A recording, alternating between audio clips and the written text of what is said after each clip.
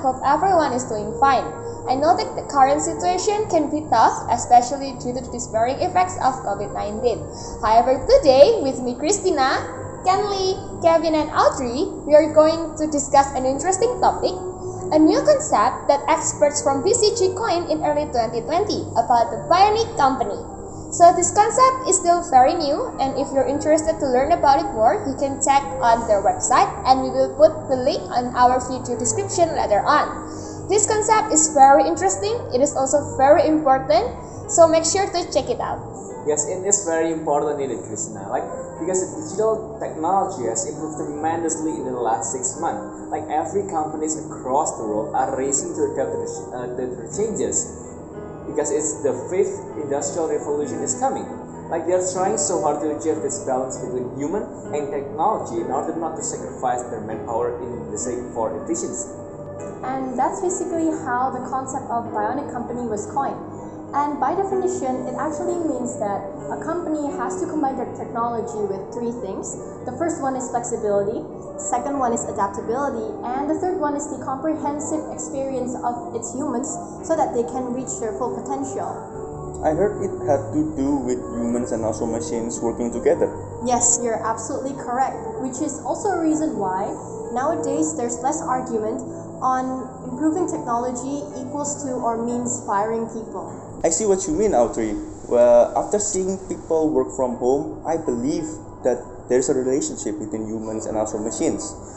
Well, I also believe that the Bionic company can be the balance between machines and also humans in terms of their automating process, generating insights, and also their informing decisions. So, those three things that you mentioned earlier, Kevin, is it that important for businesses? Well, indeed, Christina. In terms of their automating process, it relies on their AI. Why AI? Because AI can bring a long-term benefit for the company and also can enhance their competitive advantage. Moreover, AI is very robust, yet they can learn on a steady pace, unlike humans. On the other hand, there is their digital engagement. Well, AI can provide a 24/7 customer relationship with the customers and the company, so that the company can benefit more and they can predict what are the customers' future demands. If it's true as you have explained, Kevin, then why do you think there are a lot of companies out there that have not become a Bionic company then? The thing is, there is a lot of companies that still rely on their skilled workforce rather than machines. Oh, big companies, Kevin, such as what? You might be very surprised because one of them is Apple. Wait, Apple, really? Yes, Christina, even though machines help them in their production line, a full automation inside of Apple, it seems like it will not work. Why? One of the problems is like gluing a small part of, let's say, an iPhone. It requires human hand precision, and there is no machines that can perform like a human hand nowadays. I do agree with Kevin, and also as an additional example, the tiny screws that are placed within the products, they need to use automation, of course, in order to place and also to pick them up. However, it's of course different with human hands because those machines, they can't detect the same problem that the human hand could. And I think that adds up to a reason why Apple still chooses skilled humans on top of machinery. But honestly, Audrey, I think there are other big companies aside from, let's say, Apple, Amazon, Google that can be a Bionic company, don't you think? Yes, but becoming a Bionic company is not as easy as you think it is, especially if the company is not ready to embrace a digital transformation. So Audrey, then what makes it so difficult for those companies to be a Bionic company then? Well, it may be weird, but some of the companies, especially more traditional ones, it will be hard for them to shift into a Bionic company because first, they do not have the proper digital infrastructure. And then second is also they have to incur outrageous costs so that they can equip the company with automated machinery. And last but not least is actually related to the structure of their company. So it might not be agile enough in order to foster the growth of each and every one of their employees. I think another challenge can come from whether or not the human inside the companies are ready to adapt to the shift to become a Bionic company. What I mean by that is that there are a lot of people out there who are not digital natives. Like the currently employed people are not ready to change to become a company that using automations. Another thing is that humans are quite stubborn. It is in our nature that we resist to change and also to adapt to new things. Don't you think so? Well, I actually agree with that. Sometimes we can be a little bit stubborn. But I'm just wondering, if the challenges are like that, then it seems like it's going to take forever for smaller company to shift being a pioneer company then. Well, let's say we forget about the stubbornness first and set aside all the difficulties. What do you guys think is actually needed by companies and also small medium enterprises in order to become a bionic company? Maybe an example from something close to us, an Indonesian company. In my opinion, the firm should try to create their true competitive advantage by harnessing the technology to further unleash the power of human creativity and innovation. According to the World Economic Forum or WEF's report in 2019, Indonesia's innovation capability only in 74th ranked place and scoring 38 out of 100. So an example may be from the manufacturing industry, a 3D printing technology. Oh, that's right. I actually seen it in the healthcare industry where 3D printing is used, and I've actually seen it in this series called Grey's Anatomy. Yes, that's right. So this technology is known for its ability to create fast yet extensive product prototypes. But unfortunately, I think it's still uncommon in Indonesia.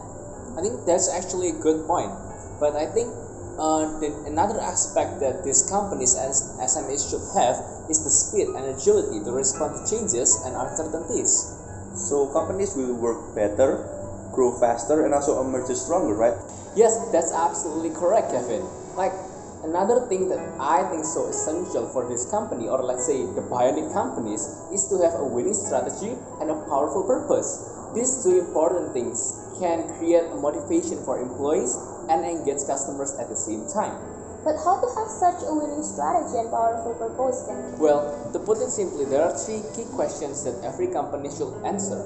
The first one is, what purpose will they bring to the world? The second one is, what competitive advantages will they create? And last but not least is, what value will they build? I feel like Indonesian companies can do well, can they? Well, they surely can list them in their mission statement and try to stand out. However, nowadays, I don't think that anything can stick to their organization. Don't you think so? Well, let's take Gojek for an example, Kevin. I mean, as an Indonesian company, it has come a long way as a technological platform. I mean, what doesn't it provide? It provides transportation, food delivery, payments. It even offers logistics. Wow, no wonder Gojek is Southeast Asia leading on-demand multi-service tech platform. I think that's true, Christina. Like, I think Gojek, they really owes to the core belief where technology can provide solution for countries' most pressing problems. For their purpose, as respond to the first question, was really to solve everyday problems through technological innovations. After all, it did start at 2010 to solve Jakarta's really bad traffic problems. It's actually crazy to think that Gojek only started with a fleet of 20 drivers or ojek, motorcycle drivers, and now they currently have 2.5 million drivers already, and it's still growing. And even Gojek now has transformed into what they call as a super app. Wait, what? A super app? What is a super app? So it's a one-stop platform with more than 20 services, connecting users with more than 2 million registered drivers, 500,000 GoFood merchants, and with a total of 100 million downloads across the region. So up to now, Gojek has been continuously providing people access to products and also services where they have continuously helped to create more value in the society, improved efficiency and also productivity, whilst also increasing financial inclusion. Wow, with that being said, I think Gojek is very competitive because they keep on growing rapidly, right? Yes, as true as it sounds, Gojek competitive advantage is actually based on the three pillars they created as a foundation since day one: speed, innovation, and social impact. So, following the questions earlier, what values does Gojek bring? Well, actually, Gojek's value is to create a dedicated, seamless experience for users and creating a social economy impact for millions of Gojek's partners. I think Gojek is great and all, but I don't think smaller Indonesian companies could relate. Like, paying a successful Bionic company is actually a great thing, but what can these companies actually get? What are the outcomes of being a successful Bionic companies in the first place anyways? Well, I think the ultimate goal or the outcome from being a Bionic company is first to achieve a superior customer experience and relationships. This outcome will lead to a number of positive impacts for the company. The first one is to increase the sales revenue. Second one is supply chain optimization to predicting the target customers.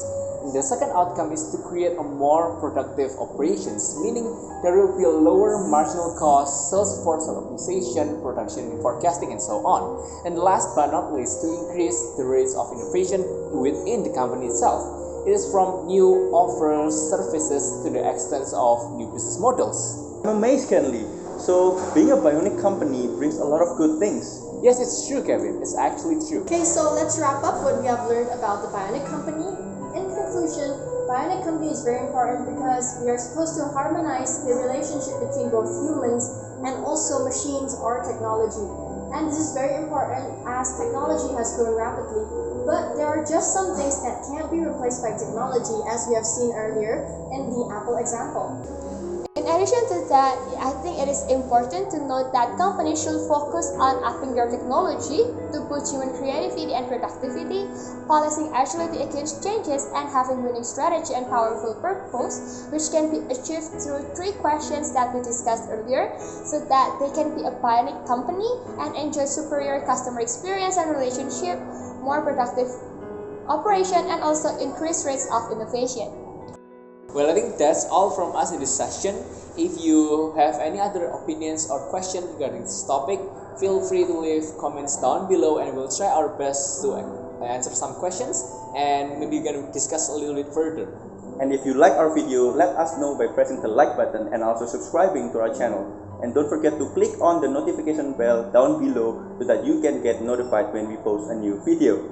And once again, we have also put the link to the original article in the description box if you're into this topic so that you can read more about it. So thank you for watching and see you on the next video. Bye!